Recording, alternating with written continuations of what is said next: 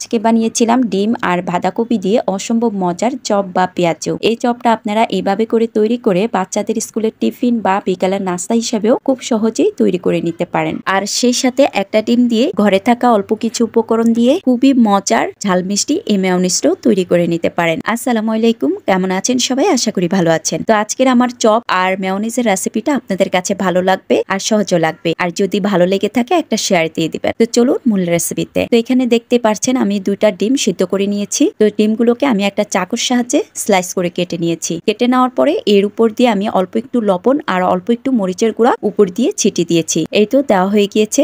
এরপর একটা মিক্সিং বলে আমি এখানে নিয়ে নিয়েছি 2 কাপ পরিমাণে বাঁধাকপি কুচি। আমি এখানে বাঁধাকপিটাকে একটু চিকন করে কুচি করে নিয়ে ভালো করে ধুয়ে নিয়েছি। এরপর 1 কাপ পরিমাণে গাজর কুচি করে নিয়েছি একইভাবে। এবার এখানে একটা পেঁয়াজ কুচি করে দিয়েছি আর 4-5টা কাঁচামরিচ কুচি করে দিয়েছি। আর এই ঝালটা আমি আমার প্রয়োজন অনুযায়ী দিয়েছি, আপনারা আপনাদের প্রয়োজন অনুযায়ী কম বেশি করে দিয়ে নিতে পারেন। এরপর দিয়েছি ধনেপাতা কুচি। এইবার আমি সবগুলো মশলা এক এক করে দিয়ে নিব। প্রথমে দিয়েছি স্বাদমতো লবণ, এরপর দিয়েছি 1 চা চামচ রসুন আর আদা বাটা আর 1 চা চামচ মরিচের গুঁড়া দিয়েছি। এরপর আধা চা চামচ করে হলুদের গুঁড়া, ধনে গুঁড়া, জিরার গুঁড়া, চাট মশলাটা দিয়ে দিয়েছি। এইবার এই সবগুলো উপকরণ ভালো করে হাত দিয়ে ম্যাশ করে মেখে নেব। আর এই শীতের সিজনে আমাদের বাসায় কিন্তু বাঁধাকপি আর গাজরটা কিন্তু সবসময় থাকে, আর বাকি যেসব উপকরণ সেগুলো তো সবসময় থাকে। তো আপনারাও চাইলে কিন্তু ঝটপট বিকালের নাস্তায় এই চপটা তৈরি করে নিতে পারেন। এই তো ভালোভাবে হাত দিয়ে ম্যাশ করে মাখা হয়ে গিয়েছে। এরপর এখানে দিয়েছি আধা কাপ চালের গুঁড়া, আধা কাপ আটা। আপনারা চাইলে ময়দা বা বেসনটাও দিতে পারেন। আবারও ভালো করে হাত দিয়ে ম্যাশ করে মেখে নেব।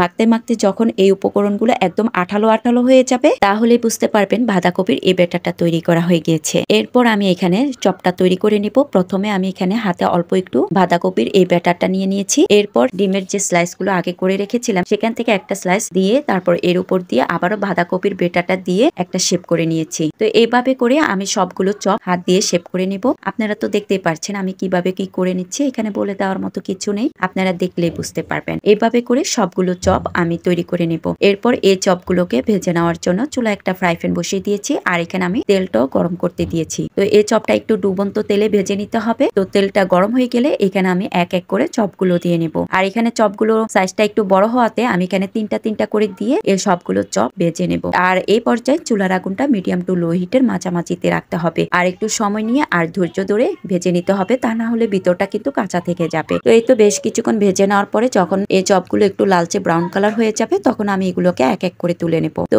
এইভাবে করে সবগুলো চপ ভেজে নেব। এরপর এখানে আমি চপটা খাওয়ার জন্য ঝাল মিষ্টি মেয়োনিজ তৈরি করে নেব। তো প্রথমে এখানে আমি একটা ডিম ভেজে নিয়েছি। তো আমরা সাধারণত সবসময় যেভাবে ডিম পোস্ট করে নেই সেভাবে করে নিয়েছি। তো ডিমটা ভাজা হয়ে গেলে এরপর এখানে আমি 3টা রসুনের কোয়া আর 3টা শুকনা মরিচও ভেজে নেব। তো এই শুকনা মরিচ আর রসুন গুলো ভেজে নেওয়ার পরে এরপর একটা ব্লেন্ডারের জারে ভেজে নেওয়ার ডিমটা নিয়ে নিয়েছি আর সেই সাথে 3টা শুকনা মরিচ আর 3টা রসুনের কোয়াও নিয়ে নিয়েছি। এরপর এখানে দিয়েছি 7-8টার মতো গোলমরিচের দানা, 1 টেবিল চামচ গুঁড়া দুধ, 2 টেবিল চামচ সয়াবিন তেল। এরপর দিয়েছি 1 ফালি লেবুর রস হাত দিয়ে চেপে দিয়েছি, স্বাদ মতো লবণ আর 1 টেবিল চামচ চিনি দিয়েছি। আর সবশেষে দিয়েছি 2 টেবিল চামচ নরমাল পানি, আমরা যে পানিটা খাই সে পানিটাই দিয়েছি। এরপর আমি এইগুলাকে ভালো করে মিহি করে ব্লেন্ডার করে নেব। ব্লেন্ডার করে এই মেয়োনিজটা তৈরি করে নেব। এই তো দেখতে পাচ্ছেন ব্লেন্ডার করা হয়ে গিয়েছে। এরপর আমি এই মেয়োনিজটা একটা বাটিতে ঢেলে নেব।